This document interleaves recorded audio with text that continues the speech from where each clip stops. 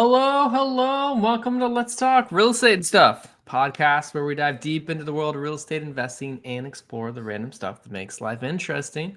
I'm John Whitfield from Carrot and InvestorFuse, joined by my co-hosts, Brandin, aka Pop P from TED Sysops, and Carlos Zamora, also from InvestorFuse and Carrot. And today we have a special guest named Andy. And Andy, I know Andy from way back when InvestorFuse started. So way back in the Podio days, when real estate investors were just starting to operate, like make systems and operations in their business. I remember my other co-founder, Dan Schwartz. I think he visited your print factory, your direct mail factory in San Diego. And I just remember because he came back, he's like, I just met this awesome guy named Andy, and we went in and he's going to do so many cool things. And like everybody's going to be able to use them. So I'm super excited to have you on this call because, it's been interesting. That was like, what, 6 years ago? And probably 8 years ago, actually. Yeah. And so much has changed, right? So not only has the real estate investing industry gone through its cycles of direct mail is king down to like texting is king, and now texting is going away and direct mail is coming back, and people are realizing that what was good is still good. But you as well have gone through a lot of changes and iterations in the past 8 years and have come up with something super exciting that we integrate with here at InvestorFuse called PrintGenie. So I'm super excited to kind of chat through. But yeah, I mean, Andy, if you want to kick it off, just kind of give us a little intro of you and what's going on with you. And then we'll kind of dig into direct mail and in the real estate industry space. Cool. Well, thanks for having me. This is cool to see you guys. Yeah, when you say that 7 years, I don't know. It's just weird how time flies. And I mean, I've been around for a long time. And when I think I remember, so Dan walked in, it was Orange County, our facility there, and he walked in and we really just hit the right nerve of ideas behind serving the clients, under our space, right? And so the whole thing was like, how do we make this really easy for them? And that was the impetus of the meeting. And so your Podio InvestorFuse was really forward thinking. I mean, now with all, a lot of other places, like it was really, right there with the first of its kind. And so that was really cool for us. And so one of the things Dan said is like, let's make something that's so simple that anybody can do it. And as it turns out, I had in my arsenal something I called an elixir, just like a play on words, right? So the elixir, the magic potion. And it's like, okay, cool. Let's make something, call it the elixir, this magic potion, and then make it, sequential type of thing. And we put that together and we reworked it and worked it, and it worked. And it was really an easy thing for people to guess, get at. It was like, okay, I have a list, or I have a name, or I list at the time. I want to add it to the campaign, and I don't want to think about it. And that was really the impetus behind a lot of things, right? That was like the domino on getting things moving into this multi-touch, omni-channel, ease of use, premeditated marketing stuff. So anyway, that was about 8 years ago. And here we are today with PrintGenie, and I can give you a whole host of activities that happened between then and now, you guys, us included. And it's kind of nice to kind of reconnect this way and kind of really seamlessly integrate these two good tools. So anyway, I got a lot on my, I got a lot to share. So I can answer questions, you can fire off things, but primarily the long story of it is I've been doing this for a long time. Direct mail is our wheelhouse, and we started building a variable print-on-demand engine in 1998, and that was the beginning of what I've been doing all these years. So, for any of the InvestorFuse Podio OGs, they loved the Elixir feature. There may still be some shooting off there, and I haven't been inside of a Podio InvestorFuse space in a long time, but I can still picture it almost like I have a Vision Pro on, going to the mail workspace, getting the portal login right into PrintGenie. You have your 8 pieces, as easy as could be. One of the easiest things to do on Podio, because Podio robust, easy to break things in Godzilla in there, but setting up an Elixir campaign with the PrintGenie portal, easy as pie. Andy, tell us, just to kick off here, mail is coming back with texting everything. Why would real estate investors benefit from using PrintGenie versus like other mail house mailing their own stuff? And what kind of separates you guys or differentiates you guys from other way of getting mail to motivated sellers? Can I share it in a 5 or 6 slide deck storyline? Yeah. You want me to tell you what's the best way to do it? Visuals are great. Yeah, you can share your screen. Absolutely. So I'll share it, and I've got a lot, but I'll share you, the ideas behind, clearly we didn't just start. We've been around a long time. So it's like we're building off what we've learned in all these years, really. So it's like you have guys like Dan that, come in and say, this is what we're trying to accomplish. And then, from my vantage point, we're a direct mail house. And, as far as being an investor, I'm not. Right. Back in the day, long ago, 2003, prior to a lot, Dean Graciosi was the first real estate investor client that came in and said, hey, we want all of our stuff available for our students. Right now, they just download Word docs and then they try to send it to a printer. And that was really that was impetus to these print stores, which is what we've been doing really primarily for all these years. So if I share my screen, let me do that. You can kind of see what I'm talking about here. Hold on a second. I'll share my whole screen. And there you go. Can you see that okay? Yep. There you go. Cool. All right. So let me grab that so you can see what's going on over here. So, okay. So what I've tried to do is stay in my lane, just to be clear. And I'm going to zip through these things pretty quickly. You'll see I'll hit 6 or 7 slides within 3 minutes. But what I'm trying to get across here is that we as a company do direct mail. We create sophisticated direct mail processes and integrations to make direct mail really easy. If you came for text blasting, wrong company. If you came for CRMs, wrong company. If you came for mail, you're in the right spot. And that's our wheelhouse. And that's basic. So I have done this a long time, and I'll share with you that in a second. But really what we've learned is kind of like going back to what Dan and I had a conversation with that long ago. But this is it. You're not alone. Technology can be confusing. And so these little slides, I think, are going to resonate with people. I'm hoping they do, because imagine we've got, 20 years of people telling us what's confusing and what's not confusing and what's working and where we suck and where we're great. And so we kind of gather all that kind of stuff, but you're not alone. Technology can be confusing, no doubt about it. And the fact is, what we've learned long ago is most people in this space, primarily investors, didn't wake up getting a marketing degree. They went to school and they learned from somebody how to buy, sell, flip, wholesale properties. And primarily marketing is not their day job. And that's what we're getting across here. It's not your day job. It's not what you got up to do. Long ago, some of the earlier coaching companies really relied on us to handle the marketing arm, which is they would coach and train on their wheelhouse of what they do, and then pass those over at the time to Go Big, where Go Big would create these campaigns and sequences and mailers based on the theory behind what the coach sees working or otherwise. So that's kind of where we've been.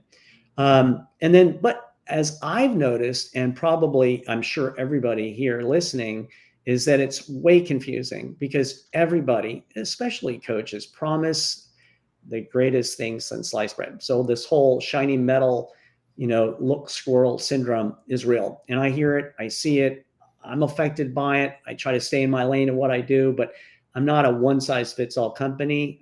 We just stick to our lane, but this is what most people are just like way confused. They're like, oh, should I go here? This guy promises that I can get cheap things here.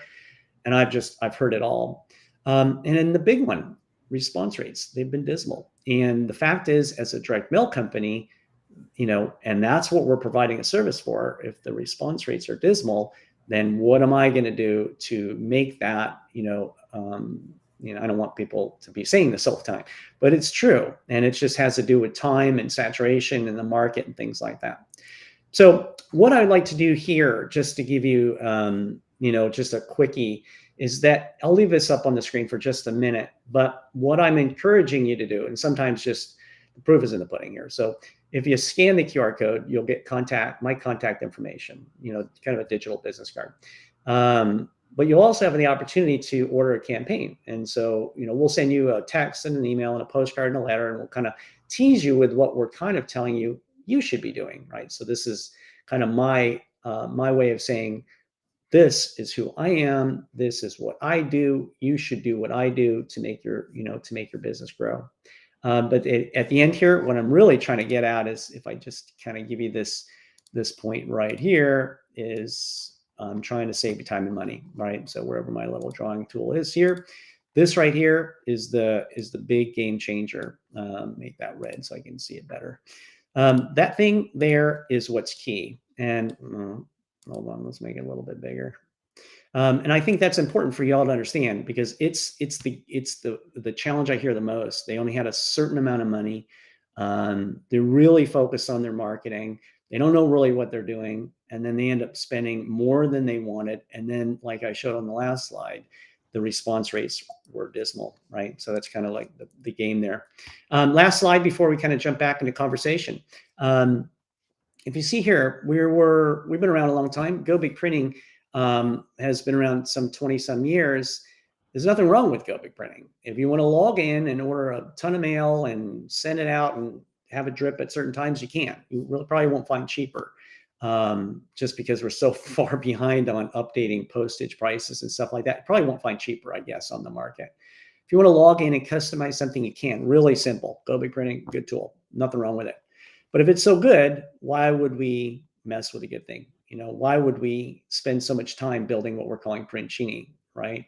If Go Big is so good. So I kind of use the tool of Go Big Printing to reference what we're doing and why we're doing it with PrintGenie.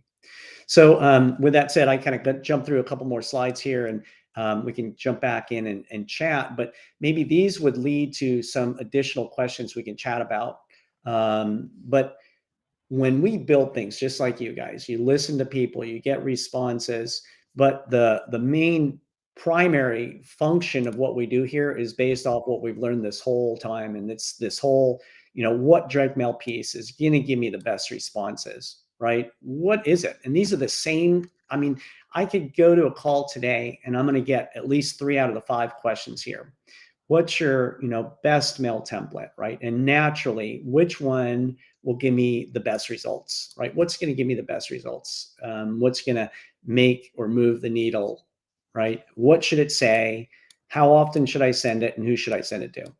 So with that said, I'll pause on this. We can chat about that a minute, but that really is the core function as to why we're building PrintGenie, why we're moving forward with, I mean, a huge commitment is to answer those riddles that people have been hitting us with years. And then I can tell you why it doesn't work. And I can share with here. Let me give you back. I'll stop sharing for a second. I can give you response rates, and I'll share with you that in a second. But let's pause for a second, and then we can fire up some questions. But it's pretty consistent, people in the space, either as an investor or a small business owner, or, I mean, really, it really doesn't matter what industry you're in. It's the same idea. It's like you're trying to market your service or your product. You're trying to stand out amongst the confusion. It's a saturated and unforgiving market. And you're teased with, gurus and coaches and promisers that this works and this doesn't work. And just to give you one fading comment, before maybe I let you guys talk, but so we've worked directly with coaches for a long, long time. And one of the larger coaches at one point, about 6 years ago, or maybe 5 years ago, he's like, and I won't use any voice amplifiers, so no one knows what I'm really talking about, but it kind of was, direct mail is dead. And I'm like, what do you mean direct mail's dead? Dude, come on. And I've heard it before, by the way, right? So imagine emails back in the late 2000s, and so, but I've heard it all. I've seen the cycles. I've heard it. I've seen the race to the cheapest. I've seen the digital components. But when a coach yells out to his thousands and thousands and thousands of audience that use us, direct mail's dead, that was a wake up call for me. And then I knew we had to make a difference in what we do, and I had to be more cognizant about blinders where I am in my world, and I think I know what I'm doing. And then it was really a slap in the face that says, hey, wake up, dude. We got to do something. So anyway, that gives you some kind of background and history as to what we're doing. And I've got more slides to share with you, but gives you kind of a good idea where it came from. I'm making this shit up, man. No, the fading comment that you mentioned, I think that's something we could kick it to, because Brandin is the one that's actively been on the retail and a wholesale off market investor. But I think one thing that's interesting, just being in the space myself with InvestorFuse for 8 years, is the coaches or influential people really have a lot of influence on marketing when they're pushing a certain thing. And that's why I think one of the reasons marketing is cyclical, because these coaches say, hey, something's working, like texting in like 2017, 2018, probably around that time frame 5 years ago. Like you said, a lot of people are saying, hey, texting. Brandin had a lot of success texting back then in his own operation. So that is something that's interesting to see, just how influence spreads from coaching or influencers and stuff like that. Papa P, how would you describe direct mail? Because on conversations we've had on this show, we're like, well, it's kind of like inbound because the leads are calling you, but it's kind of like outbound because you're sending them something. The direct response marketing that was in Andy's slides makes sense. For you as a current operator, how do you kind of see direct mail versus other marketing channels?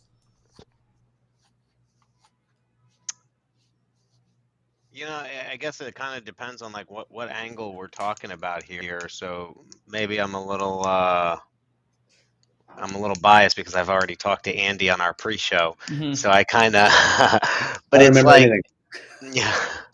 But if you ask me off the top of my mind, like if you were just saying, Brandin, as a regular investor, what's your top thing about direct mail? I think everyone would say expensive, low response. And that's the general consensus, right? So when I was doing it back in the day, I was doing it the only way I knew how. Now I would niche it out a little bit by trying to get down to like what I call golden addresses that are updated by the USPS that maybe other people aren't mailing, not the original mailing address on my list that I bought from ListSource or wherever. So I would try, but I'm still mailing 10, 20, 30,000, 40,000 pieces a month. And, back then when you're spending like 50 cents a piece, you're spending like 15, 10, maybe $8,000 a month minimum, getting a 1.5%, 2% response rate. You got calls coming in. You can't miss them because they pop up with no name, no address correlation in your system, right? So like it was a very tedious thing for the amount of money that you're spending. Now, on the other side, when you did get them, they were solid because they were calling you. It was a form of outbound that turned into inbound power control, right? Like when you pick up the phone with direct mail, it's not like, hi, I'd like to make you an offer on your property. It's how may I help you? Hey, this is Brandin. How can I help you today? And there's a power with that. And we've talked about that with inbound. So it is kind of like an outbound, inbound hybrid model that I think is good. Now, I stopped doing it because the response rates were low. I had other ways to market that made more sense for my business, and the cost was really high, and the conversion cycle of that was extremely long for the cost. You're shelling out 15 grand for your marketing up front, and then you're waiting for the calls to come back in, and someone may hold on to your postcard for like a week or a month before they call you. And then by the time you follow up with them, negotiate, you're pushing out months, and that's a heavy burden to have.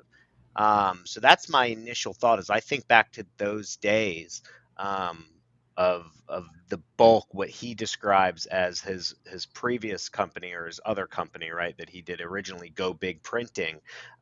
That's primarily what they do and what I think of when I think of direct mail. Spot on, by the way. Exactly what I've heard. Yeah, always. It's exactly that, what you just said. Buckshot approach, right? Like just get a list, print it out, throw it. I mean, back in the day, mail. Here's the deal. This is a storyline. So coach says, okay, here's how you do what you do, right? Give me coaching money and I'll teach you what to do, what you're going to do. Step 1, I'll teach you. Pay me money, I'll teach you. Step 2, go get a list. Here's 3 places, ListSource or a couple of places. Go get your list. Get an absentee owner list. Fire off a lot of mail. And that was it. And the only challenge we had at the time was your list is over there, and people had issues with mapping and disconnect and what's a better and CVS, no CSV. So it's like it was hard, right? So it's like, Yeah.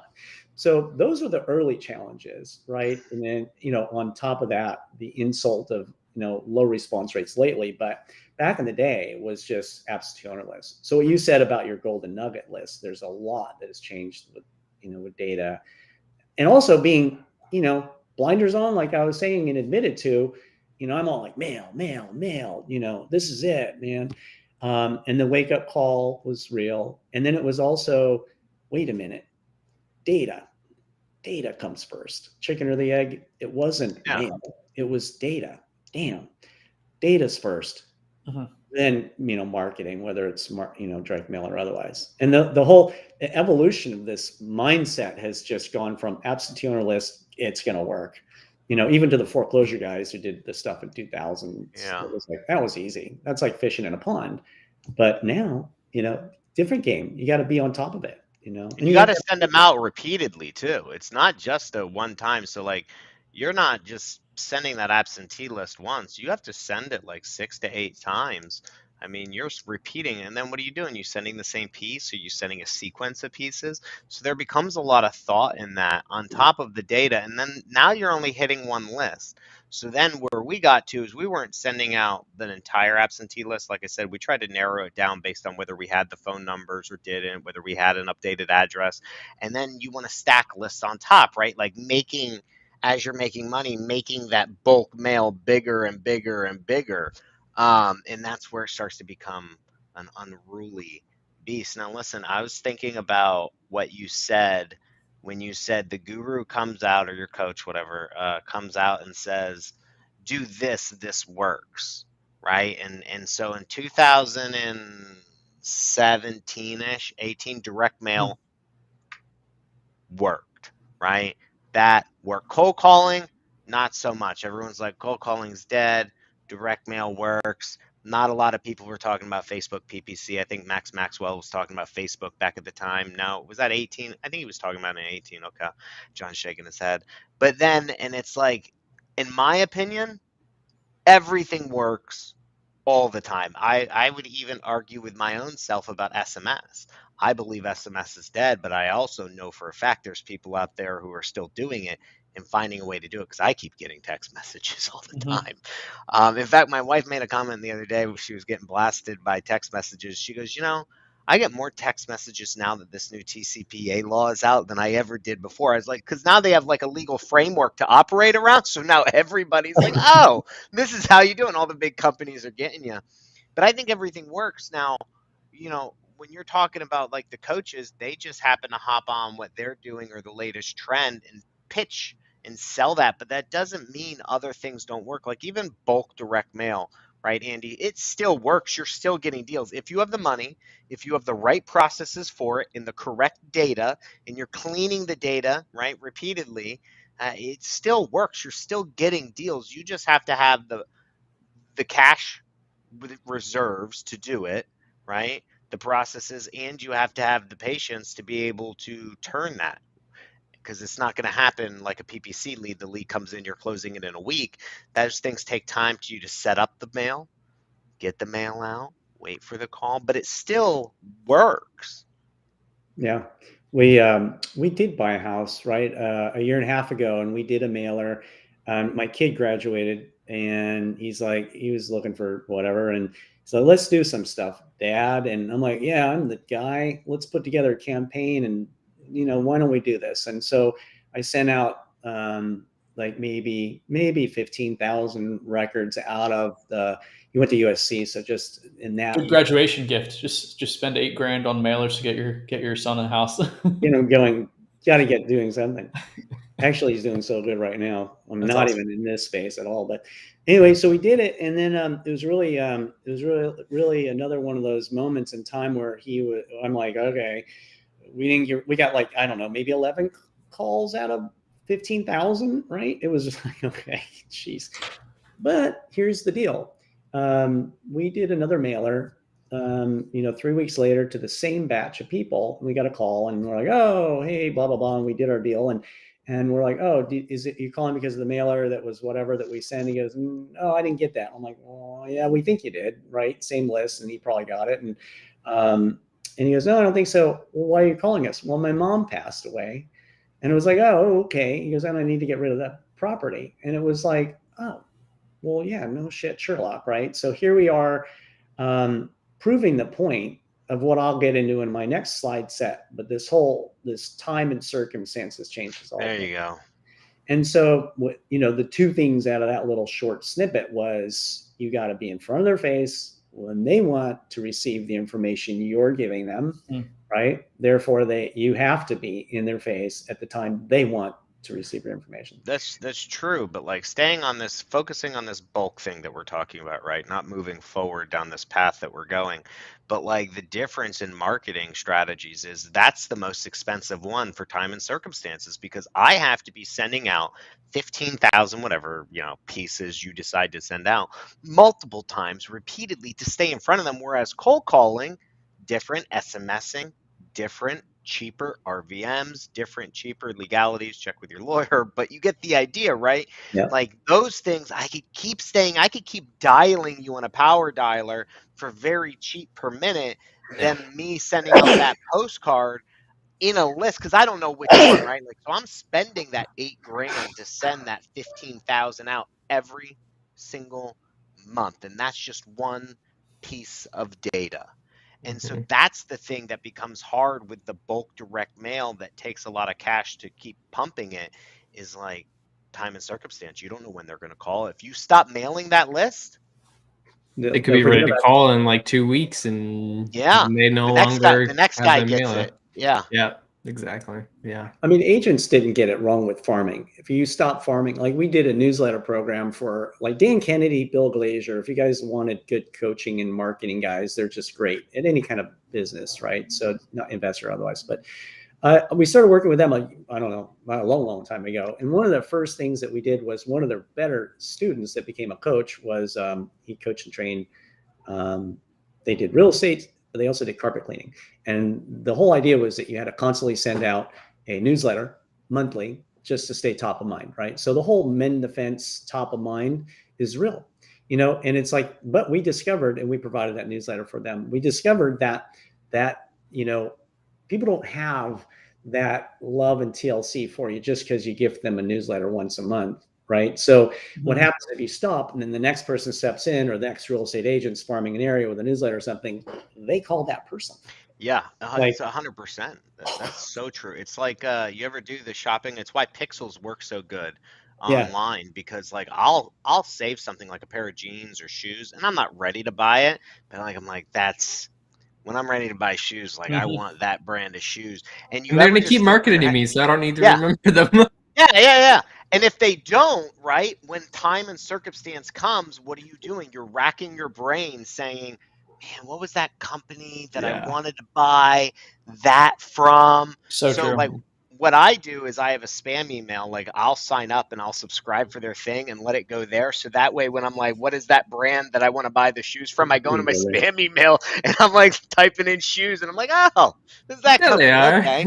Yeah, there they are. I'll go buy it from them. And I do that repeatedly. Yeah. But for us in real estate, what happens? Like those people, time and circumstance, you know what they do for direct mail? They'll save like a stack and set it in like a shoebox or like right on top of their fridge in a basket. And I've had like old ladies tell me this. Well, I put a stack on top of my fridge and now I'm ready, so I'm calling them now. We've been on seller lead appointments where we walk into a house and they literally will show you the direct mail that they've gotten. They're just like, they got a whole stack. It's like when you're walking down the streets of Vegas, they're just like slapping those cards. Kids, don't look down. Yeah. But that kind of like, Andy, like, so I'm not opposed to bulk, but I'll tell you something about myself of kind of where my progression has led in wholesaling is less is more. So I used to, like, I was huge, and even if you went back and watched some episodes last year, I mean, it was call center, cold calling, everything was bulk, data bulk, get as much. And when I started looking at like the churn and the burn on our team, on myself, the amount of money I'm spending to keep that beast, because the guru, like what the coaches don't tell you is, and I've been preaching it, is there's a lot of costs that go along with this bulk method. And even on your direct mail stuff, right? It's not just sending out the direct mail or hiring the cold caller or even having the dialer. It's the data. It's the hiring someone to get the data, clean the data, organize the data. It's the skip tracing of the data. It's the dialer. It's the staff. It's the pieces. It's handling the inbound calls. It's all of it that adds up to a pretty high cost. So when I think it was last year and I was rebranding, I was like, okay, I just want to go less leads, higher quality leads, right? I'm done with bulk. I want a higher conversion rate. So what type of leads can get me that? And I just want to be focused on my follow-up. Like I just want less is more. So that's kind of where I went into the inbound. I'm an outbound guy that just was converted into the inbound world. And I was like, I want inbound. And for me, we had some episodes where I was reviewing some PPL, pay per lead campaigns, before I really had my own PPC account.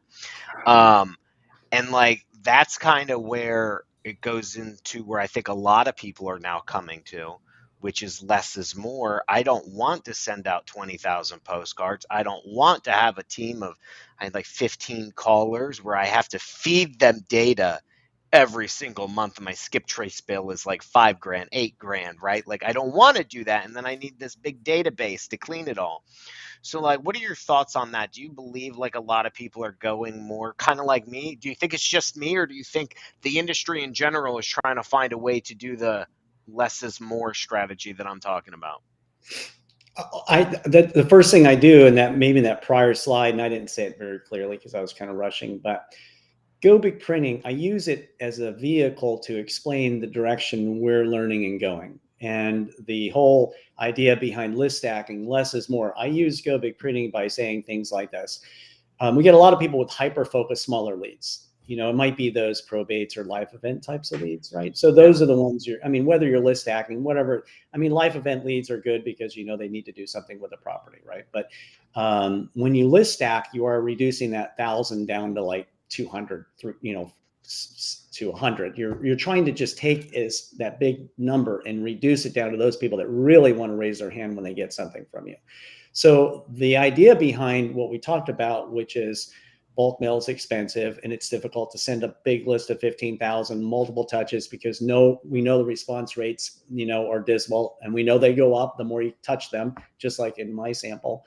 And so what we're doing is I say, look, go big. If you're going to do the big blast, then be sure that you've got a good call to action. So those people that do put it on top of their fridge, what is on there that's uniquely different than the next guy, right? And I heard it I walked in, there's a stack of yellow letter paper. I'm like, geez. Okay, so the point is, it's like, how can you be uniquely different? Are you the running man, right? Okay, that snippet of information stand out, right? If I put it into my spam folder to look for it later, or I put it on top of the fridge, right? In one of my slides here, we talk about the mail lasts for 17 days. Yeah. A digital touch is 0.7 seconds. So 17 days, 0.7 seconds, right? So as far as list stacking, hyper focused, I use Go Big to say, yeah, if you're going to do 10,000, make sure it's a really good list. Make sure you have really good call to actions on there. Make sure it's uniquely different than everybody else's. Don't just send a yellow letter, right? Put a little bit of, you're a human on the other end of this thing, right? Yeah. Don't just be, I'll pay you cash, close quick. It's but that's what it is, man. When you go to these things, like being able to not like, so I've used so many. I've used Ballpoint, I've used open letter marketing, I've used direct one, I've used yellow letter, because yellow letter and yellow letter HQ I think are completely different, which is very confusing. There's so many that I've used, but you're just picking from their template. At least that's what I did. So I can't speak to their company in general, but I know I just would pick a template. And yeah, it works, but it's the base. It's almost identical to a cold call. So even if I narrow down and go into like just a probate or just foreclosure, it still requires a lot of work and still money, right? Like I'm doing it, but where am I customizing that? Like where am I putting, Like, here's my other, right? Like, Granny buys houses. No, there was no Granny. It was just like a way to pitch it. So, like, I put that there. I mean, where am I getting my custom direct mail piece made? Is that what Go Big does? Sure. So I think let's do this. Let me jump back into some slides, and I'll kind of push through it a little bit more and give you some identifiers as to the use of branding, being the authority on a topic. One of the, like as far as branding is concerned, and just throwing it out there, right? So one of the things we do is, I don't know if I have, let me see if I have a mailer here. One of the things we, just in reference to what you just said, I'll see if I have something. Maybe I don't have one here. Sorry. So the idea, maybe it's, oh, here, I do have it. Here it is. So one of the things that we talk about a lot is like, okay, so you got the running man. You want an identifier. You want something that's going to make you stand out. You want the story to be right, the data to be right, the message, the timing, all that stuff to be right. So one of the things we do talk a lot about is being the authority on a topic. So what's the authority on the topic? What's the value add to be the authority on the topic? So what does that say, probate? Yeah, so this happens to be a probate, but you can do it with anything. And so in this experience, this is a kind of an ebook, and you can make an ebook on wherever. Just go chat GPT it, make it. You can buy it from us, but I would just say whatever, save your money and go make one. What we do is we put the ebook cover here in a QR code. So we have a really good call to action on here. So we're saying to somebody who's in stress, we're saying, look, I'm here to help you. I'm a human. I have a tool set. I can take care of the challenges you're having. I've been there. I've serviced people before in the same situation. I want to assist you. And if you're using the mechanisms of your life, that your tool belt or your experience, and you're coming at them with the holistic and authentic approach of building a relationship in a sequential environment, you're more likely to be the one that stands out. Because if I start sending out something that says, oh, you know what, and I know it's probate because I bought a list that's probate, right? But I have a little QR code, takes them to a landing page. They can learn more about it. Meanwhile, they're gonna get this thing. They're gonna get the next sequence of events, maybe 7 or 8 more touches. And if they scan it, terrific. If they don't scan this one, they'll scan the next one. But the fact is, they're going to start to remember, the person that sent them, because they gave away information free. And if you go back to any of the really total marketer guys like Dan, that's a good you're idea. gonna be giving away free information as much as you can, and then sell them. Like, you're not going to jump in with the quick fix. I'll pay you cash. Get out quick. Hurry up. Go. It's more like, I'm Andy. This is what I can do to help you. I've been there before. Learn more about me. Download this pamphlet. And if I'm the right fit, terrific. Give me a call. And now I build a relationship that will be trusting, trustworthy. Anyway, so with that said, let's maybe I'll say, yeah, I get them. Take over. Well, I get that, right? So, and listen, this is no disrespect, but all I thought of when you said that, and I want to bring this up for people watching, is like, I just was overwhelmed because I was like, holy shit. Like, that's a lot of stuff. Okay, so now I got to create an ebook. I got to create QR code. Like, I got to have like videos that they go to. I have to create a ClickFunnels landing page with all this. And so where I'm going with this is, I was like, yeah, but going back to what you said of becoming the master, the expert on it, and what John and Carlos and I have always talked about is like, focus on one thing at a time and be great at that. Like, if that's all I'm focusing on is probates, personally, I think pre-foreclosures right now are really good. If you create that ebook for that, and you spend a month or whatever it's going to take you creating that landing page, making some YouTube videos, creating a just in general instructional videos and a mini ebook that's just whatever, and you do that, that'll last for life pretty much. And now you're that expert doing it. So although I was overwhelmed thinking about it, I was overwhelmed because I'm like, man, I got to do this and all this other marketing and acquisitions and this. But if you just focus on that one thing, I could see where that becomes like, that was my thing. If you heard me mumble, I was like, that's a really good idea. Like, that's a solid idea, because that is what the today is like, let me scan a QR code like the one on our screen to join PrintGenie, but like, let me just scan this QR code. Let me watch a YouTube video or read a PDF on my screen. It's all free. And if you have good branding for your company, like Running Man or something like that. Like if you or whoever you are as an agent or an investor, like that's where they'll remember you. So I could see that. So I'll clear. Good that you brought that up, because I already know me saying a lot of stuff is a data dump, right? And then even like trying to explain PrintGenie is like, oh, here's an iPhone. Let me show you all the apps in an iPhone. So here's the deal. Everything's in what we do, and I do it this way on purpose. I like the idea of premeditated marketing. I'm tired of hope marketing and analysis paralysis. So I would say, go to wherever you want to go, anywhere you go, direct one, yell letters. They all have my material anyway. I've done this and been around the longest. So, I mean, I can't tell you, our library is huge, and everything you look at originally has a time. But I can make a custom one with you, is what you're saying. Yeah. But what I'm saying is this. The idea is, yes, you can make custom ones, but the theory is premeditated marketing. So you spend a Sunday putting together your campaign, and it'll last and last and last.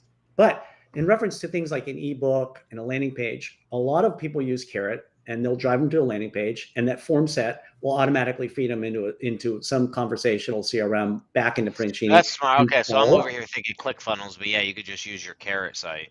Well, you can embed any form and any website, and a lot of people like Carrot. And there's a agency that caters to a lot of our customers, and he consistently builds things in Carrot, and the feed flows into a direct mail campaign. So someone scans this, they got the download, but now just if you get the sample out of my QR code that I gave you guys earlier, someone's going to get a text, an email, and then a follow-up, maybe even a greeting card, a thank you card, or something that says, I'm here for you. I want to assist you. Here's my team. I can support you. And it comes in a non-discrete envelope with a real stamp. So if you did something just by the act of filling out a form to get more information freely, and then somebody went to the effort to send you a, handwritten greeting card or whatever. But what we're talking about now is not so much like the bulk aspect of marketing. Now we're like, once I have this lead, and this is where I was trying to go to, right? It's like, once I have this lead, we can revamp the way we're thinking about direct mail as I'll call it the lead, right? Your lead piece of marketing. Instead, now direct mail could be looked at as something you do instead of marketing to a list of data that you bought off a list source. What you're showing there is like, once I have the lead, with PrintGenie, right? Now I could go and build out these sequences of stuff. So if I got a PPL lead that comes in, or a PPC lead, or a TV lead, or a radio lead, something high quality that I want to stay in front of, right? Something I want, and as soon as I call them, I want something going one off out. I don't need 10,000 or 1,000 of them. That's kind of what you're showing, is like a thank you. You have a convo, maybe you have a thank you postcard or a letter going out to them with a QR code leading back to your website or whatever it is. And you start building those style campaigns. And that's something that interests me because, like you're spending so much money on this lead to get it. But now to use direct mail as a secondary marketing piece, I'm now only spending, and I'm making this up, I don't know your prices, but like 75 cents, $1 to send that thank you. Maybe it's in a nice envelope, a nice card, like a Christmas card style, open it up like you were showing us. So that's kind of where you're going with this, right? Is now we look at direct mail in another angle. Yeah, it's a conversation, right? So there's the operative word is authentic relationship building, right? And we're trying to build a relationship with somebody by communicating to them effortlessly, financially feasibly over time. And so one of the things, yes, you can go blast. I mean, part of what, here's a daily for this agency that does a ton of work for people. They'll grab, they'll get their information. They set up their landing page on Carrot. And so now they'll send out an ebook kind of campaign on probates or foreclosures or something like that for the client. It'll go out. The client scans it, they land on their Carrot page, they fill out a form, and now it kicks in an additional sequence follow-up. So what he'll do consistently is, if a person comes with 30 hot leads every week, because that's how many they get as a probate person or foreclosure, that's about the max you'll get.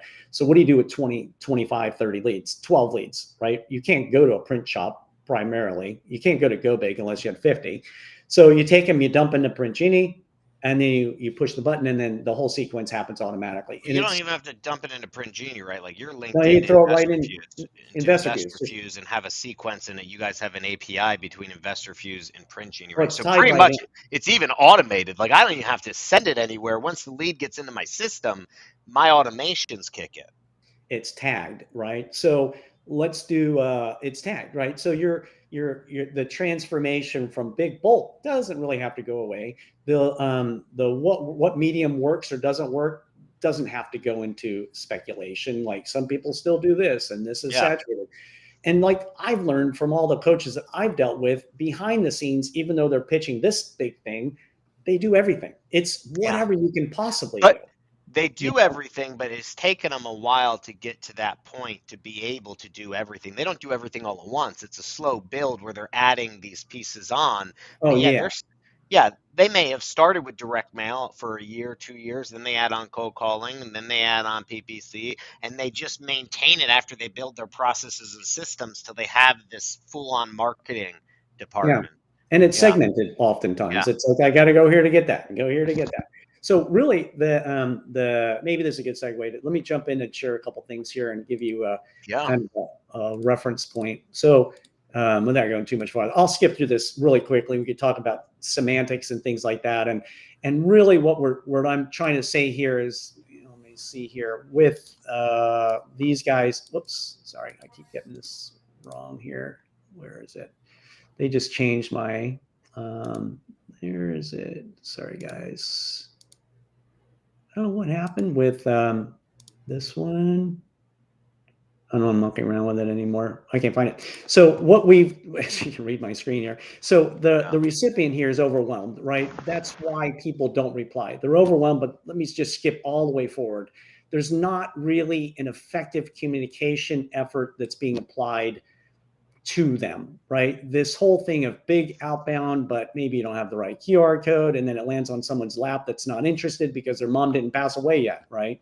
So what's happening is there's this whole disconnect between what, actually Dan said it, we're not a CRM, we're a follow-up system. Why are you spending, so much money to capture leads and then you're not nurturing them, the hard money that you spent to capture them? Why wouldn't you spend a little more effort to service them, right? So that's really back in the day. That was, Dan's was making that statement. And this is just bringing up the big point here that most people lack consistent marketing. That's just, it doesn't happen. And so when we talk about whether you're doing small, hyper-focused outbound marketing or you're doing small, hyper-focused follow-up conversations from maybe within InvestorFuse, what we're doing is solving the challenges of what people lack. They lack consistent marketing, right? They lack adding a personal element to it. Compliance and regulations are just a nightmare with just text blasting and email, all that kind of stuff. And the big one, the rule of 7, right? So it takes 7 touches to get someone. I mean, this is an old marketing adage, the Direct Mail Association, and some others. It's not a new concept. It's been around for decades. I mentioned this before, but like, Paul DeCampo was talking about stuff. And he's like, it's more than 7. I was trying to think of who the guy was we had on. It was Paul DeCampo that does the sequences for this type of stuff. Yeah. And he mentioned that. And I'm like, yeah, man, I remember a long time ago, there was a company that was pitching us on marketing our business and getting it in front of people, whatever it is. He goes, in order to get you to this conference, he was a coach or whatever, and it had to do with like PR or something like that. In order to get your content out there, I had to send over 100 conversation pieces to you guys to get you to get you to come to my event.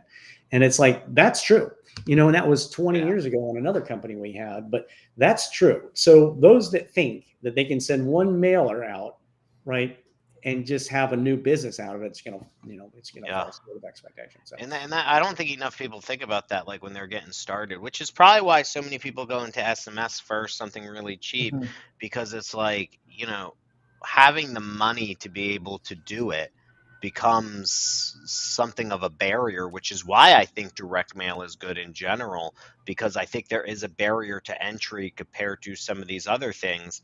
100%. But like, one of the things that I'm intrigued with here is just looking at it like, and I still think bulk direct mail works. I like the idea of finding a niche, but like you said yourself, you know, if I do foreclosures, I'm targeting one type of lead and I'm only getting 20. I mean, there's only so many foreclosures that happen every month in your area, right? But like if you start to really work those leads with a secondary follow-up system, I think that's pretty good. And with InvestorFuse, you could be calling them too, link in the smart dialer, power dial them. But the thing is we all know they don't always pick up for phone calls, especially No. now with the potential spams, all that stuff. So having your direct mail piece also go there at the same time, like a follow-up direct mail piece while you're doing one off, not bulk texting, right? One off style dial calling, right? You're not just throwing it into a power dialer type of thing. You're just doing your daily follow-ups. Like that could be really powerful. And Yeah. that's what I'm talking about. Less is more. I would rather get, 10 to 20 leads a week and really be able to convert them at a high ratio and use my follow-up systems than to go and do what I used to do where John used to run my Podio. I forget, dude, but do you remember like when I was doing all that bulk marketing, we would have, and they weren't even high quality leads. They were So just many. RVM, SMS, so many coming in. It's like trying to And build automations just so you didn't have to hire more people to handle the amount of volume. And yeah, like you're saying, it's like, I mean, you're not you didn't have to hire the like most smartest acquisitions manager to handle the volume. It's just you needed somebody to respond to yeah. these people. So pick up the phone, but you know what Mhm. that did? And we talked about it before, it burned them out. Burned. Yeah. It would burn them out. So why not have, whether you're doing bulk direct mail, cold call, whatever it is, once these leads come into our system, right? And I'm a proponent for inbound marketing now. That's kind of where Mhm. I've switched. But like once the leads come into your system, throw on these things. Like I like that idea, you Yeah. know. And something I was thinking of that I could potentially use your product for was, so one of the things I have is kind of like so once I talk to you type of thing, it's and we're talking offer, I have a little book that's about like what happens next, Yeah. when you That's work with great. us. And that's something that I could put on a QR code, send out like I could email it to them too with InvestorFuse, but also sending a postcard because emails go to spam. Send a postcard with my branding on it, QR code, leads them back to the ebook with the landing page. Boom. That's something too. Like I was thinking about that while you were talking, like different ways to utilize that product. I like the guy and that I worked with a while ago, and he provided a service that was uniquely different than the next guy. And he found that a lot of the seniors would move if they didn't have to go through the trouble of packing their shit and moving. And so he provided a service to do just that, right? So when you can be that unique, what's your unique identifier to the next guy that's doing the same thing, right? All close quick, all pay cash, all blah blah. So what is it that you can do to? I mean, at the end of the day, the other guy on the other line or the other end of this thing is a human, and in lots of cases, going through a challenge of one kind or another. They don't want to be in this situation. And so if you look at it as, and I learned this so long ago, it was like a light bulb went off when I realized the value add of an investor coming into the space of a person that was underwater, over leveraged, or something going on, and you can provide a service to assist and help that person. It was like, wow, that Yeah. is amazing gift that it's almost like it's a good thing. And I think a lot of people would look at it as, oh, their agents would say it lots of times to me, oh, investors, they're sneaking in. It's like, well, work with them. Because lots of times, like my aunt sold her house, an agent was suggesting that she had to fix the roof, fix the landscaping. It was like, I don't know, 150 grand worth of stuff. I didn't know what happened, but as it turned out, she went through so much to take, her husband died, by the way, so she had to move. But that agent convinced her to fix the roof, fix the landscaping, spent 150 grand on it. And then I'm like, oh man, she didn't really have to do that because she went through so much stress and it took an extra 5 months to do all that crap. I'm like, wow, that's a bummer. So there's the service that you can provide as an investor. And if you use a tool like what you were suggesting, where you're saying, look, this is what I can do to assist you in your times of challenge. And right, anyway, so same kind Yeah, of I get what you're saying, and yeah. it's like, That's coming up with the value, and that's where targeting something like a probate or a short sale, pre huge. foreclosure, stuff like that. That's where that value add really could come in, the moving. See, and I got ahead of myself there, but like when you're doing absentees, when you're doing just equity style stuff, it's really hard to provide value other than the, as is, we buy houses cash. Now the moving thing starts to add, like offering moving, offering post occupancy of a property. You could stay in it. That's your specialty. Like there's ways to do that. And then to reach those people with that, that's interesting. That's an interesting concept. But it's just harder and harder in 2000, whenever. And you've been doing this longer than me. I mean, you've been doing it a while. But like back in the day, you know what? Buying it as is cash, no inspections, that was a value add for a while. Like there was a while where people were like, and you don't need to get in it, like it's just as is. People were like, cool, let's do this. That's amazing. Yeah. No commission. Now it's like you mention that and they're like, yeah. You and about like 5,000 other people. Yeah, we're desensitized. What else do you offer? Yeah, like what else do you offer? Yeah. What else are you gonna give me? A lot of the we work obviously more agents or investors than agents, but we do the other side of our business caters to a lot of real estate agents. And slowly but surely, they're picking up on the I'm an agent and an investor type of, so there's this hybrid marketing. It's the only way they're going to survive, yeah. It is. And so what a lot of people use is like our creative financing campaigns, or creative campaigns, I guess is what they're called. It's more along the lines of, I'm a person that can do these several things to assist you in your whatever challenges that you got going on. If you're underwater, or if you have a life event going, whatever it is, it doesn't say. And we would never say in any communications, we're not the ambulance chasing company that says, sorry, Uncle Ned died. I'll take you out. It's more along the conversational piece that whatever situation you're in. And so it's the luck that the mailer landed on their lap at the time Uncle Ned died, not that they know we have the list that knows Uncle Ned died.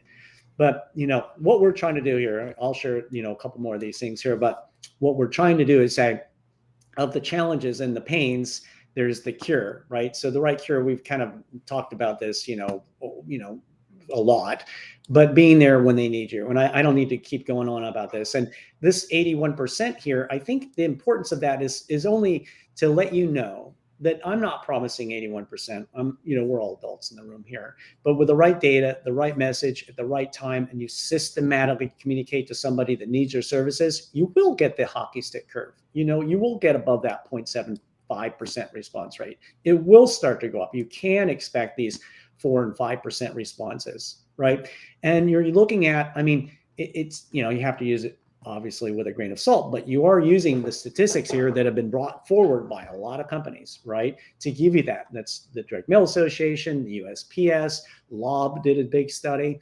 So you can increase your response rates, when you communicate to somebody. But really, it's this, what we talked about before. The gurus can do it because they have different tools and lots of people working for it. But this automation and consistent follow-up has to happen conveniently for the people that come into my platform, because if it's too overwhelming or too confusing, they're not going to get it. So, okay, there's automation, there's consistent follow-up, there's reduced numbers, response rates. When you combine a digital with a print, you will get better response rates, right? And I'm not making this stuff up. It's all through. I 100%. I'm sure that's facts, but I think common sense. You're targeting them in these two different ways. So you're what's digital, and then all of a sudden they have this piece of paper, or postcard, or letter show up. They're going to relate the two. They're going to connect the dot if you're branding. Tangible. Yeah. It's tangible. I can touch it. Yeah. Tangible. Maybe the third part, I don't know if I have it on this slide deck, but I have it on my ebook. You can download the ebook, and it's like a comprehensive ebook on what I've learned through the years. And one of them is mixing it up, right? So I don't know, it just say from this angle, hyper-focused data, that's important. Landing at the right time, that's important. Systematic, easy follow-up, that's important. And then it becomes the mailer, right? Being the authority on a topic, that's important, right? Brand, that's important. The other element is this. Some people are non-responsive to, doodle-esque types of, material. That's just, some people are. That was huge for a while, man. That was the in trend. Yeah, that style piece. Yeah. And this thing here, and here's some funny story stuff, but like back in the day, this thing here, right? This typical yellow letter. That worked for a longest time. That was the king. But this was Dan Kennedy, Bill Glazier. I've mentioned them several times. This is theirs. They did this all the time. I did this back in early I did right out of them the gate. manually. I did Huh? them. Manual. I actually wrote those out when I was like young.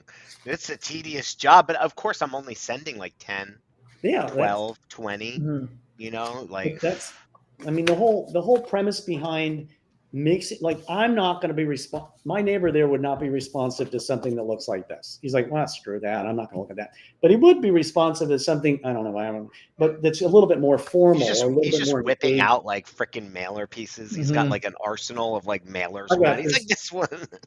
We've got 50,000 templates in these 50,000 templates. Wow. But so like this one, like typical. So someone's going to be more responsive. Oh, this Yeah. is interesting.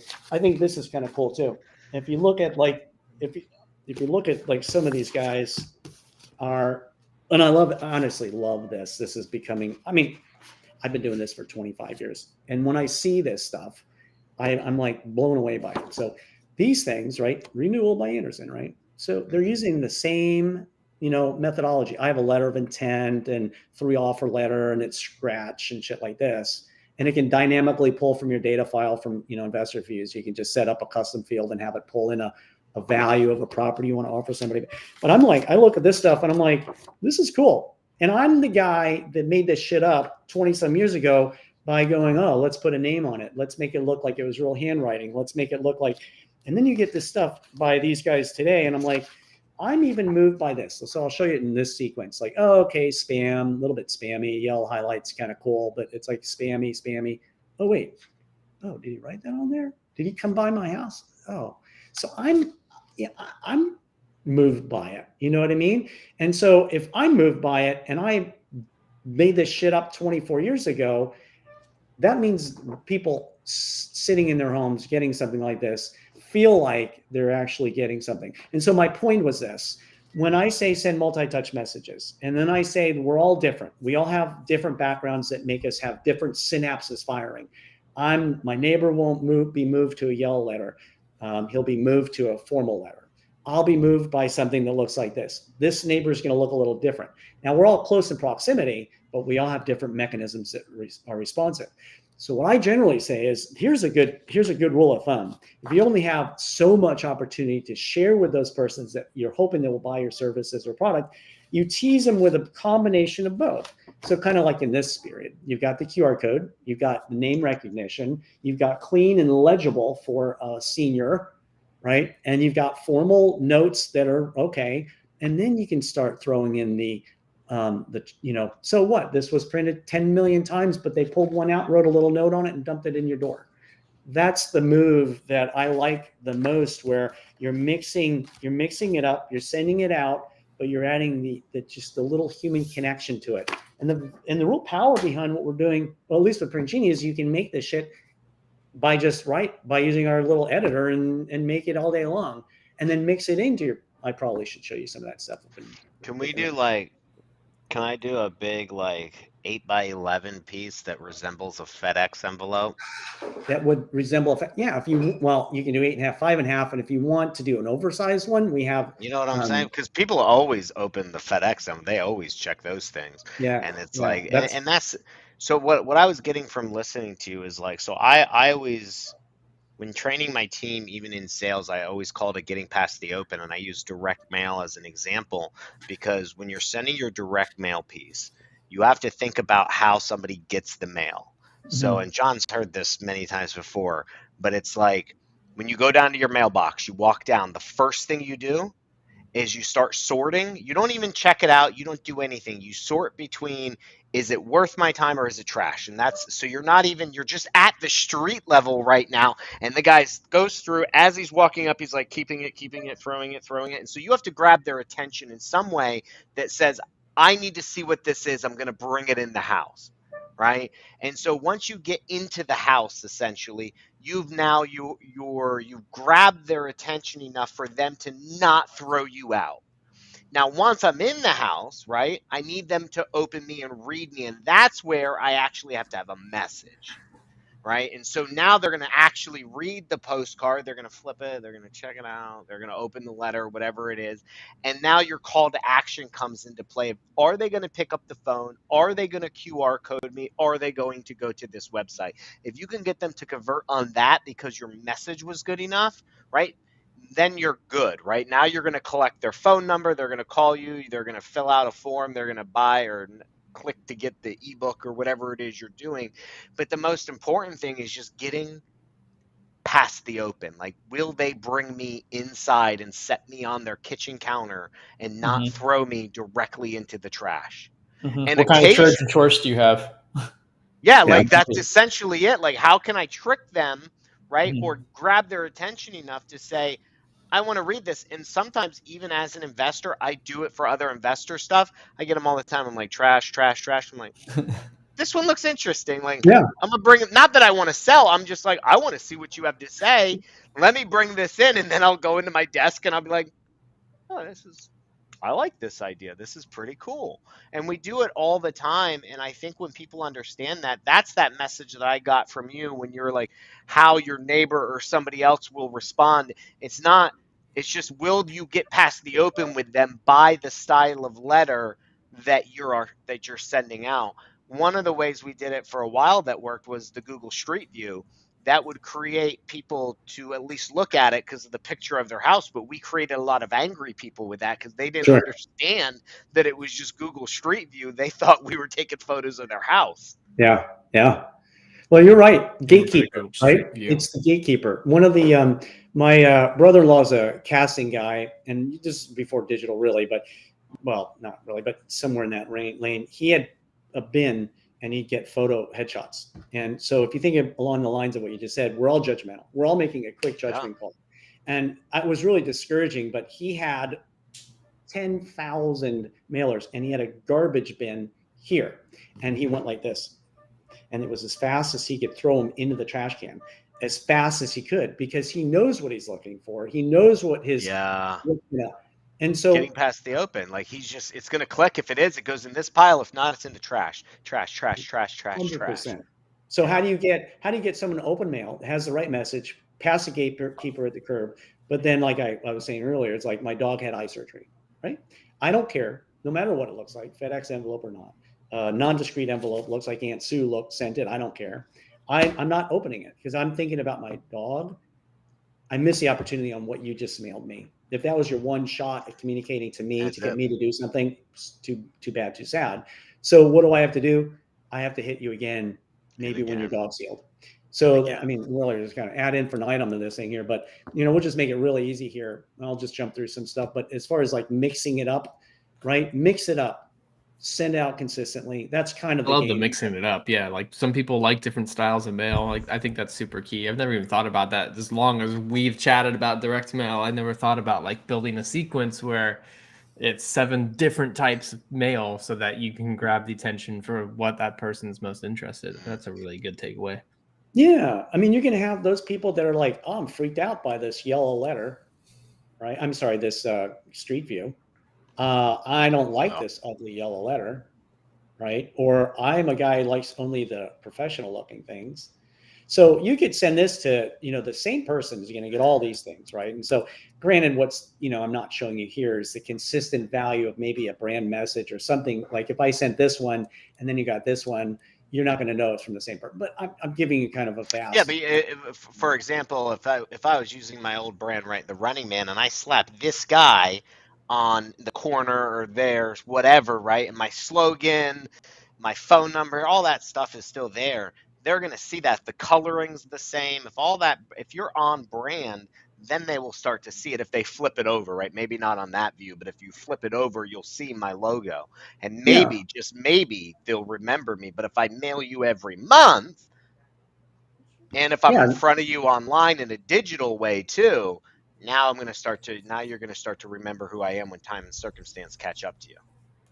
And what we learned a long time ago was we started out by, we can do these sequences, right? So you can do, a digital, things like that.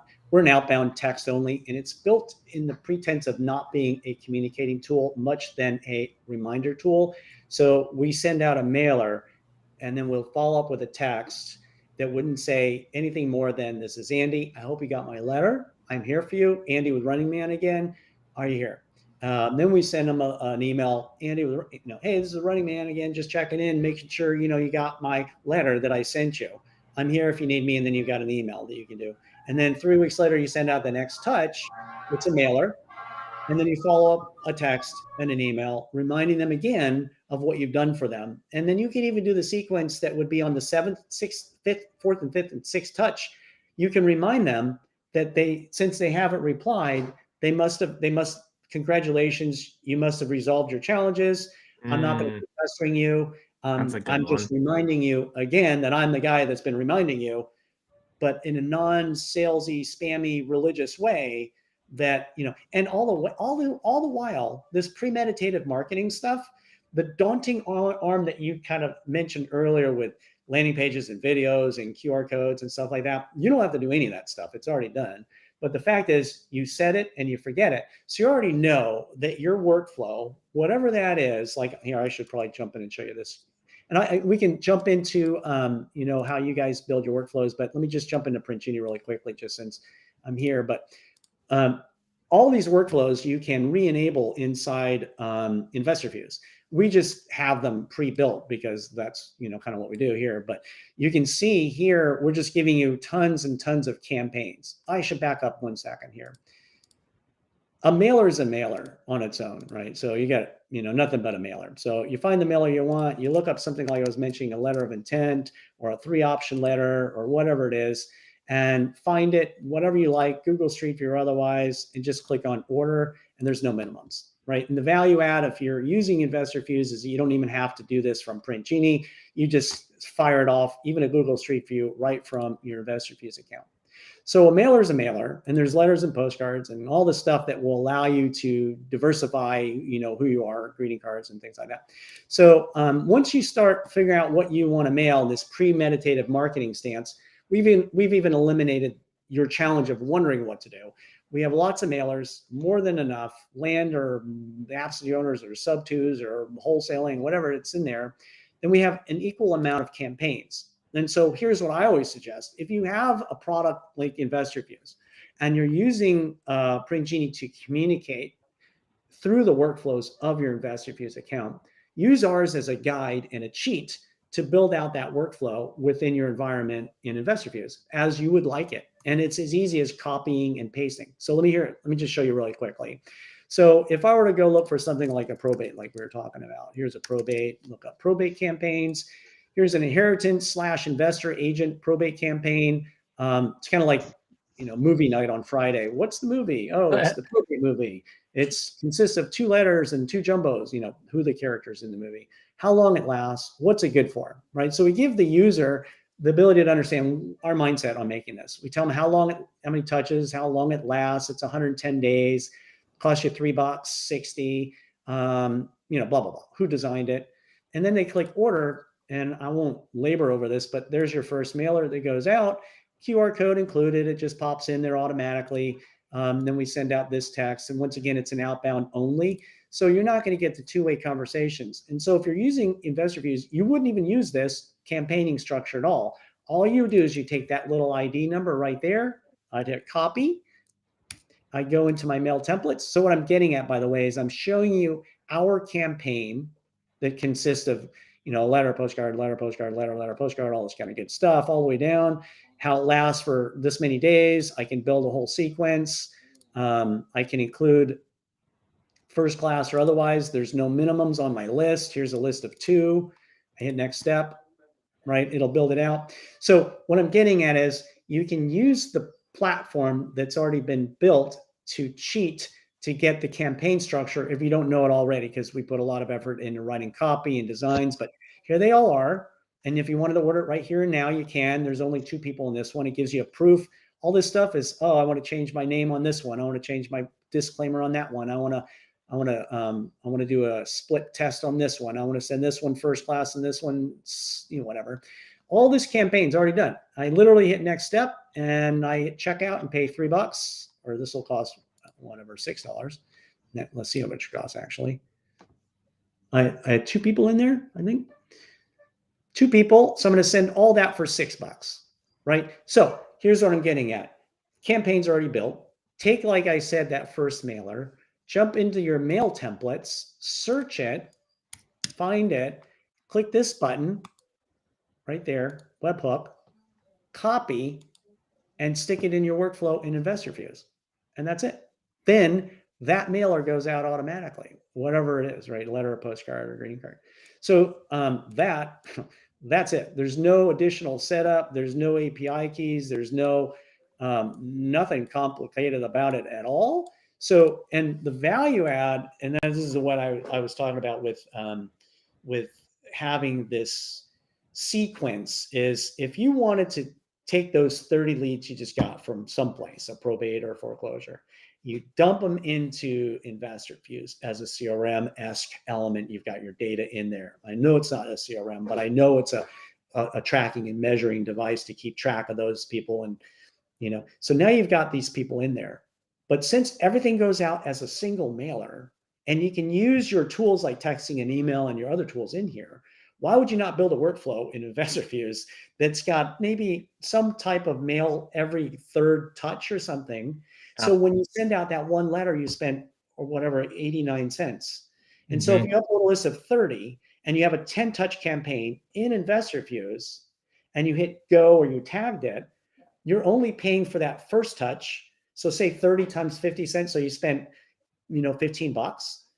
And now you're waiting. Yeah. And then a month later, you spend another $15 on those 30 people. So now you're going each and every week, you get your 20 to 30 leads. You dump them into your platform. You have a campaign premeditated that is full circle, as in the QR code automatically fires them back to Carrot. They automatically fill out a form. You've captured the hot lead. You've got notified on your phone. And you're following up with a greeting card that says, thank you. I'm here for you. I'm that person. Download my ebook on how I'm going to better serve you than the next guy.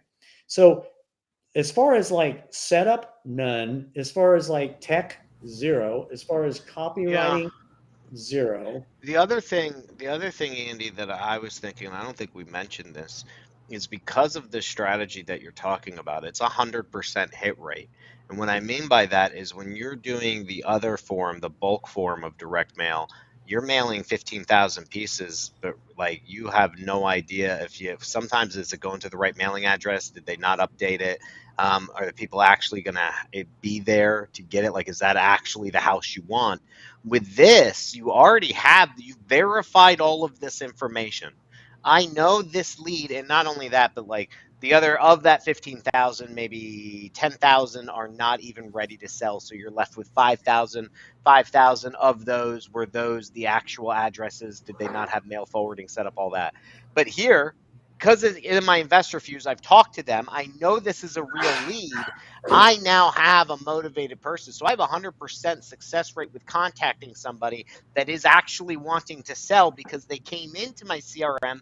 They went through that follow-up or that sequence that deemed it necessary to send this postcard. So I'm not wasting any money anymore.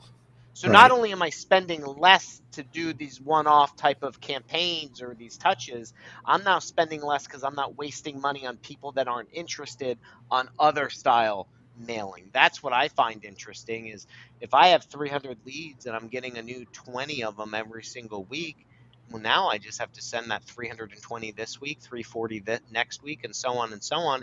And that's 100% guaranteed that I have somebody that had reached out to me with the correct phone number, correct email, correct address, correct name, whatever it is. I know that they do have some level of interest. And if not, I'm going to code them out. They're going to be dead. They're not going to go into this sequence, so I'm not going to waste money on them. Right. One of the things we take to heart is that validation of your data, right? So if you can see, let me get back to seeing you guys. So what we do is when you ingest a list, whether you're doing it, and by the way, can you see my screen there? Is that big enough for you guys, by the way? It's kind of weird. I just squint. If you're looking at me, I just squint for everything because I can better be blind. So I'm always squinting. I'm like. So one of the things that we do when you're adding, there's and just to give you kind of a reference here, I think I have it here, but just to give you a fairly an understanding here. So everything that I'm talking about today, you can run it from your phone too, right? So it's got a completely comprehensive, parallel mobile device as well. So you can get the owner, the details, you can skip trade. I mean, all the kind of the typical stuff I think most people are used to, right? So there's me, I could do nearest neighbor. I can search 5 nearest neighbors. I mean, for the same effort, I can mark it to 5 nearest neighbors, right? And it's got a QR code. I can add them to a campaign. I can take a picture, all that typical stuff. So all those campaigns that you would have made are already preset. So here I've just captured whatever it was, 5 different names. But what I'm doing here, and the reason I'm showing you this is that little validation thing. We are running delivery point validation to make sure it's a deliverable address, to make it sure it's, must be a bunch of people doing it. It's a physical address and it's going to get there. If it doesn't, we fail it and kick it back. And so now you've got the returns before you mail them. So you've got this list of the failed addresses that will show up as a fail. So if I kind of jump over to this screen, you'll see up here, whether you're sending it over from InvestorFuse, whether you're webhooking it from someplace else, whether you're uploading a list, whether you're attaching it from a list found on your mobile, we're going to kick back the ones that failed. And then you can download them and do something with them. Maybe you want to skip trace them because you're not going to get them otherwise, right? So now it's just going to download the data file. But so that gives you the validation of data, right? The good data is in. And if it fails, we're not mailing it. You'd have to go in and take a look at the ones that failed and then maybe skip trace these guys. Here's a couple that failed. There's the people that failed and blah, blah, blah. Right now you can come into your list, right? And the other values that we do besides when you're sending things over from InvestorFuse, every name that's brought over is obviously getting cleaned. Once it goes through the cleaning process, and it's validated, and we're kicking back the fails, and you can see who you're mailing and all, what you mailed them and when and all that good stuff.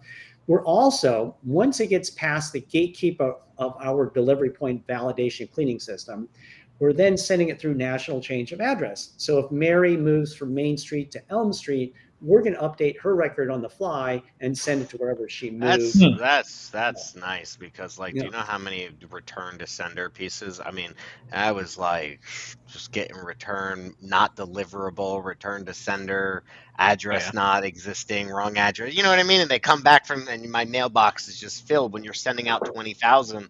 Like, you're getting hundreds of these things returned to you.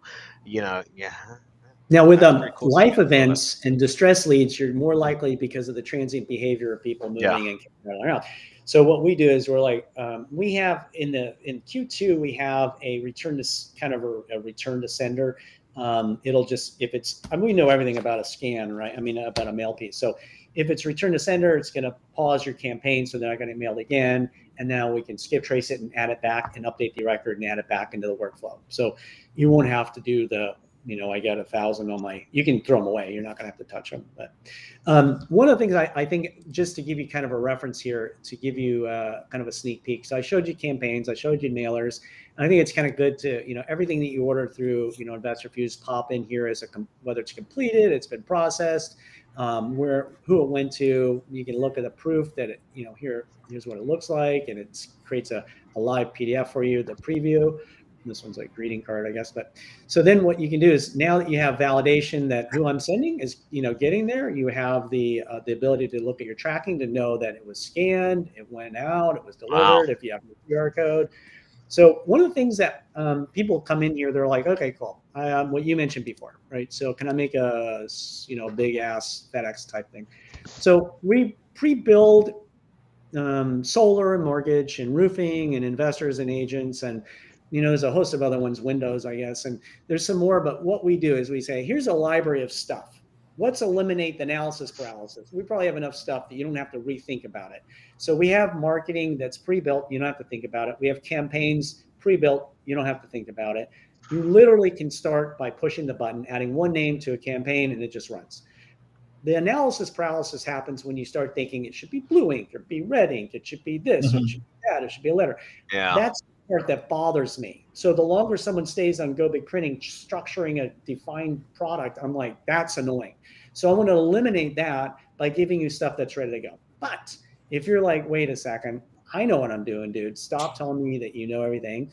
What we do is we say, take this library, and then on this side of the fence is what we call our design studio, where everything shows up right here if you just click on mail templates.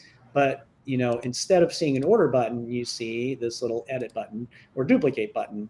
So in this case, like I buy houses for cash, I'll duplicate this one. I'm saying you this way, duplicate, because not everybody's a graphic designer like me, right? So I want to make a jumbo or a pop card, these cool plastic, bad for the environment pop cards. You can do that.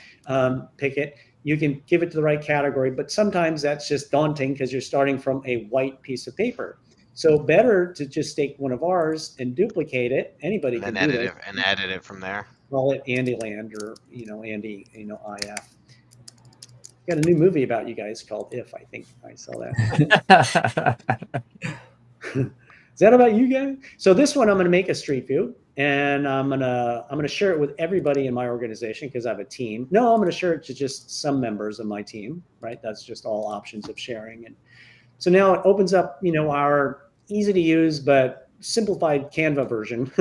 I mean, if I could have Canva, I'd have Canva, but Canva doesn't do variable data. And so in this case, I'm going to throw in hello first name, right? Hi first name, and all the variable stuff. I think you guys understand that, so I don't have to worry about teaching you anything like that. The premise behind this part is to say, well, wait a second, I want to throw in a Google Street View, whatever. So I'm going to stick that right here. And I want to put my Running Man logo right there, or something like yeah, that. And right. So you can throw in a QR code that all this stuff pulls from your profile, right? Or if you have a Running Man logo, or you have a 4x3 logo, or you have logos to play with. And what's really cool, and we won't have time to talk about it today, but photos that you want to place, like I want to pull an image from my server to populate this image zone, whatever that is. Maybe you have a market report and you want to pull that in automatically. We can do that as well. But that's the front, or that's the mail side. Maybe I don't buy houses, maybe you buy land. So you kind of get the point. I buy land, right, for cash or whatever, and then you change the color. So I don't have to teach you guys this stuff. I think you get it. We're all savvy enough to know what Canva is. And then you got shapes to play with, so you can make all these. This is pretty cool. Here.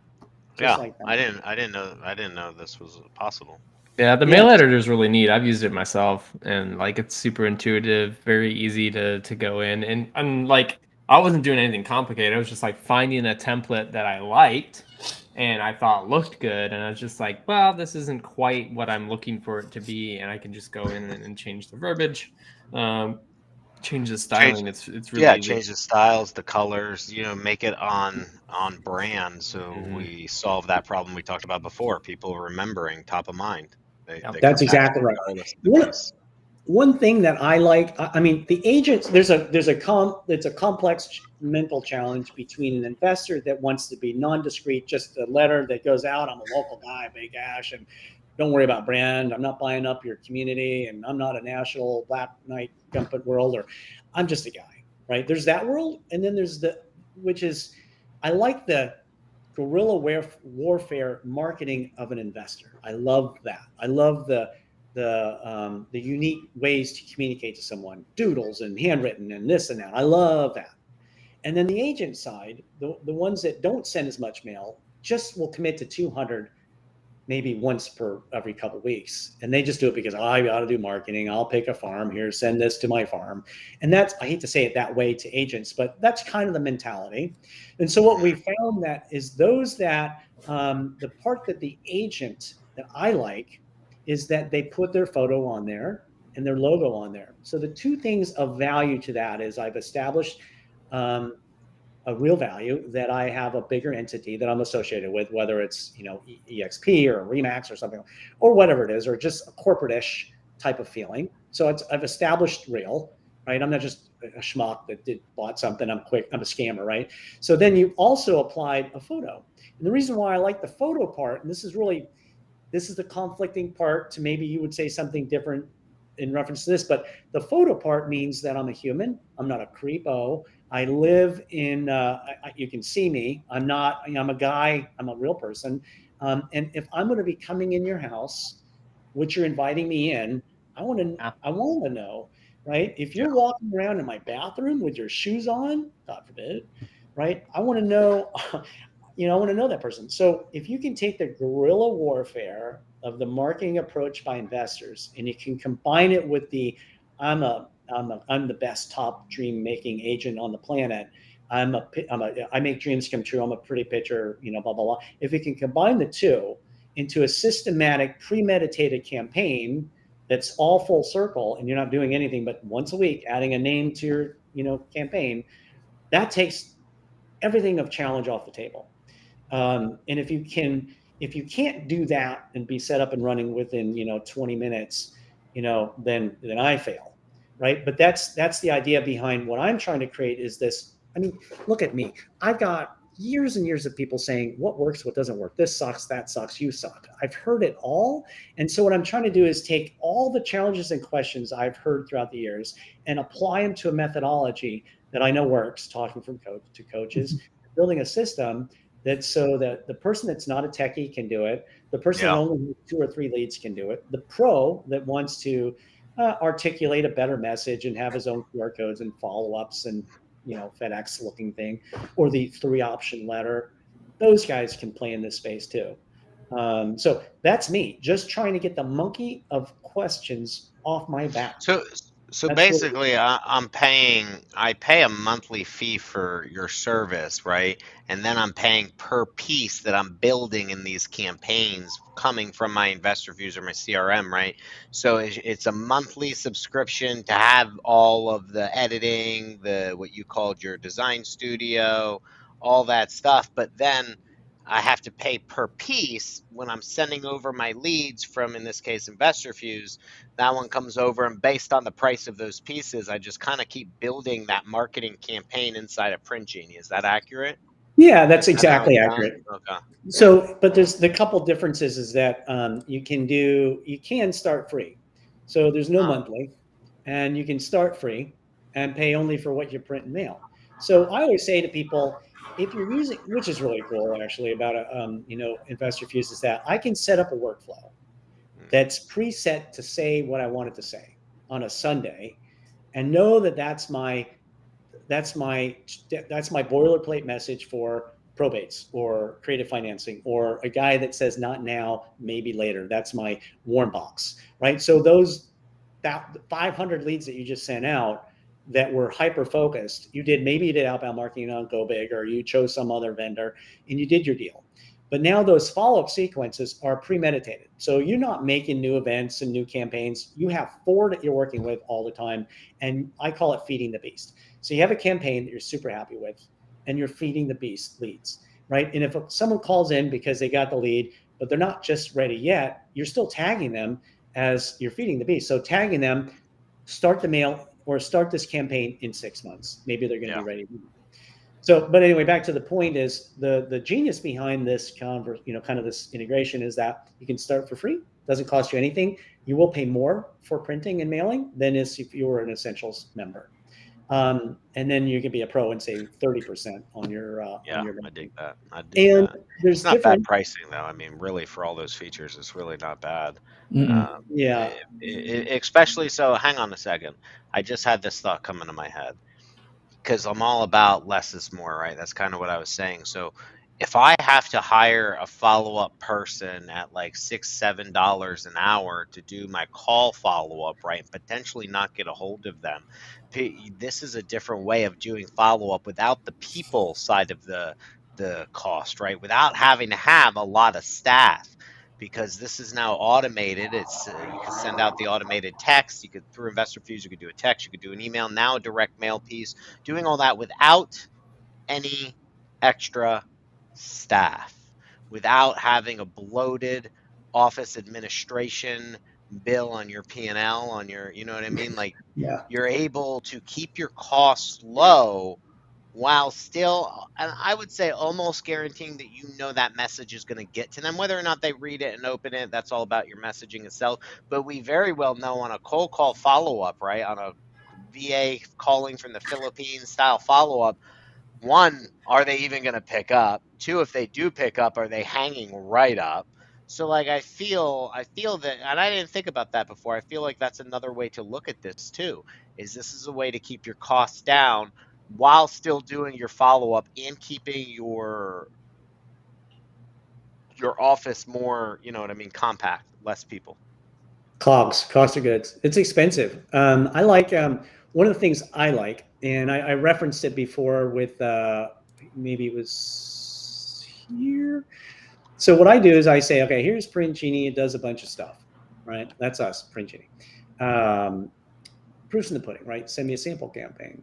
I love this more than anything. You fill out this because I'm teasing you with an ebook, right? Sure. I want to know more about, quadruple my response rates. Holy cow. Omni-channel marketing. That's a cool word. I like that. Right. So I'm a movie. I come across this thing. I'm like, great. I want to know more. Oh, they've got 20 years in this business. They're okay. That's cool. I believe these guys. I want a free ebook. So I fill out a form. I'm not thinking about anything more than just filling out the form to get the ebook. So I get the ebook, and now I am happy with the ebook because it gave me instant gratification. I, as a company, gave away free information to that person that took their minute and spent time with me on filling out a form. And then now I've added them to that workflow that says all the right things at the right time, consistently and over time. And I'm mixing the message. I mean, in this sample campaign, I'm not doing it the way you guys should do it, but I think I only do one greeting card and one letter, maybe. I mean, so my cost of acquisition to get someone to come in is $3, maybe $2.50. Because I'm sending a greeting card, which is $1.70 first class. And I think I sent a postcard, so that maybe it's 50, 60 cents. So that's my cost to get somebody to engage into my services while I'm simultaneously teaching them what they should be doing themselves for the business. But that whole at night while you're sleeping thing, I mean, this is just phase one of what we're doing here. We have data-driven marketing. We can set up your data sets and just have it running automatically. I mean, you just pick your filter set and turn it on, follow it up with a QR code that's dynamically generated. I'm just teasing on what we have on Q3, but data-driven marketing, automatic QR codes that will automatically tell you, hey, Mary just scanned your card. Here's her information. Here's her number. Here's her value. Here's her comp. Oh, shit. And simultaneously, she just filled out that That's form. pretty cool. Yeah. So now, and also simultaneously, I'm giving her a home val report or home evaluation report. That's the quality of like a PPC lead almost, because like, you know what I mean? Because the PPC lead, they saw your ad, they filled out the form. As soon as it comes, boom, call them because they're still on your website type of thing. Speed the lead, act now, act fast. It's almost the same concept. It's this direct mail piece that I send out with a QR code. I have no idea whether Mary got it or not, whether she's even looking at it or threw it out. All of a sudden, I get a text that says, hey, Mary scanned your QR code. It's like, whatever you're doing, you stop and you pick up the phone. Hey, Mary, I know you just looked at my postcard. It's just What the hell? wait, what? Yeah, but pretty powerful on our end. Might freak him out a bit, but pretty powerful on our end. Like, that's really cool. Yeah. And so, you guys, yeah, I'm sorry. Your time, we're almost up here, I think, right? But these things are ways for me to constantly get people out of their own way. And I'm just encouraging people to, like, the start for free thing. You're not sending out 10,000. You don't need to edit a mailer. You're just paying 50 cents a day on a postcard that you might go out. If you just need to save a little bit more, because maybe you're doing 30 leads a week, then you probably want to be an essential user. If you're doing more than 30 leads, maybe you're doing 75, 100 leads a week, and you kind of want your own systematic approach and you want your own mailers, then you'll be a pro, right?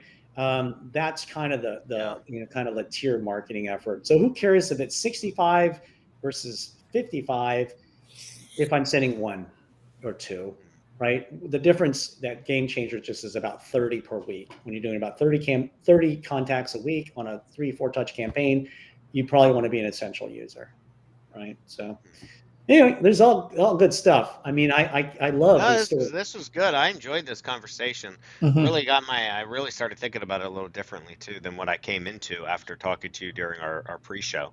Like, it definitely put a spin on things in a different light. That's the fun thing about PrintGenie, and when you find those software companies out there that are reinventing what you thought the concept of whatever it was, but in this case, direct mail. Yeah. Thanks for coming on, Andy, and I appreciate you bringing your expertise, and it's exciting to see anybody that's been in an industry as long as you continuing to evolve, because whatever you're going to come up with is good because it's backed by so many years of experience, decades of experience. Plural. Yeah. So keep I love rolling it. out things with PrintGenie. I'm excited about it. I do love it, man. I'll tell you what. I mean, if you can't tell my enthusiasm, I love it so much. I mean, this thing is it's cool too, because I have just a badass text. You know, my dev guys are insane. And so I can say, okay, I want it so that someone can create their home val page and they want to offer 65% on a property. We'll gather their comps, put them together, and then present to them 65% of the value, and then offer it that way. And they'll be like, okay, we'll put it on the next sprint. We'll have it in a month. And it's like, okay, what else do we want? You know, come on. AI, you want to do AI? Okay, we'll do AI auto responses. I just like this QR code thing. I think that's so cool. You didn't tease the Neuralink integration coming up where someone reads the piece of mail and they call you and say yes to whatever your offer is. Yeah. As soon as somebody thinks about your postcard, you get a text message saying Carlos is thinking about your postcard right now. That's coming out. Stay away for that. That's great. Awesome. Well, Reading. scan that QR code in the top there if you want to join PrintGenie. It integrates with InvestorFuse, but even if you're not using InvestorFuse, everybody should be using PrintGenie. So it's the direct mail that you need in your business. You don't even have to pay a subscription to start sending mail, which that always used to be the big gap for people with direct mail. It's like, I've got to spend 10,000 pieces, and I love that you've made it accessible for anybody to include it. I'm gonna go sign up. I'll sign up for the free one, play around with it, and then see if I want to test it out first. I kind of want to see how difficult it is to get it in. Maybe we do like a follow-up thing. I want to kind of play around with it, get it hooked into like a PPL. I'm thinking right now of like how I want to do it, but yeah. It'd be I would interesting put bots on Facebook. I put bots on capturing information on digital, and capture information, and then throw them right into InvestorFuse and fire off a campaign. I mean, people are more enamored by something that looks like their aunt sent it. They open it up and it's like, thank you. Tricked you. It's me. I mean, it's like, thanks for choosing Go Big. You have lots of choices. Talk to a coach today. Here I am. I'm a real guy. It's like, hell. I love it. You guys are fun to talk with. Thank you for letting me spend some time with you today. Our pleasure. Oh, this was cool. Good to have you on. Cool. Absolutely. I appreciate it. Cool. All right, guys. All righty, guys. Have a good rest of your day and weekend, and we'll see you all here next week. Same time, same place. Have a great weekend, you guys. Lock and load. See ya.